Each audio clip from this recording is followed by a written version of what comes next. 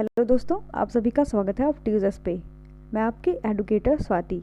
आज हम जान लेते हैं स्टैट्यूटरी लिक्विडिटी रेशियो यानी एसएलआर को। ये मनी एंड बैंकिंग का इम्पॉर्टेंट पार्ट है, इसको जान लेते हैं आज। It means a certain percentage of deposit is to be kept by bank in the form of liquid asset. यानी ये एक तरीके का कुछ सर्टेन परसेंटेज ऑफ डिपॉजिट होता है जो कि कोई भी बैंक अपने पास एज ए लिक्विड एसेट के रूप में रखती है, तो उसको हम लोग क्या बोलते हैं, एसएलआर बोलते हैं। यानी ये क्या होता है, it means a certain percentage of deposit to be kept by the bank in the form of liquid asset. उसको हम लोग क्या बोलेंगे, एसएलआर यानी statutory liquidity ratio. This is kept by bank itself.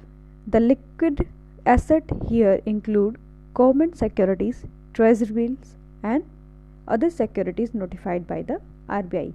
ये जो है बैंक अपने पास रखती है जो लिक्विड एसेट होता है। इसमें क्या क्या लिक्विड एसेट्स में आ जाता है आपका, गवर्नमेंट की सिक्योरिटीज़ आती है, ट्रेजरी बिल्स आता है और अदर सिक्योरिटीज़ जो होता है नोटिफाइड किया गया होता है आरबीआई के द्वारा, यानी सेंट्रल बैंक के द्वारा, किसी भी कंट्री के सेंट्रल बैंक द्वारा। तो उसको ये जो है बैंक अपने पास एज अ लिक्विड एसेट रखता है कि वो कभी भी ज़रूरत पड़े तो वो उसे बेच सके या सेल कर सके और मनी को अपने पास वापस ला सके।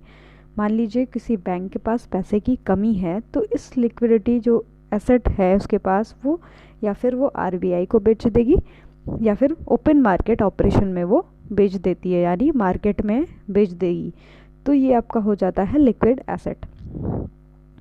If SLR is more then, bank have to be keep more part of the deposit to specified security and bank will have less surplus fund for granting loans. It will contract credit.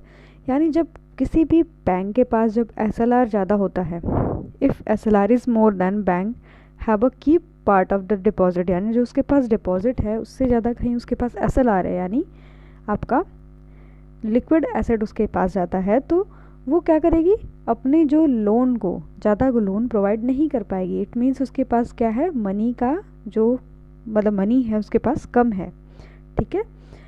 SLR is fixed by RBI and usually it has been ranging between 25 to 40%। ये 25 से 40% के बीच में लाई करता है। And by an amendment of banking regulation 1949 in January 2007 यानी 2007, the floor rate of SLR was removed. 25% for SLR was removed, जो कि 20% रिमूव कर दिया गया।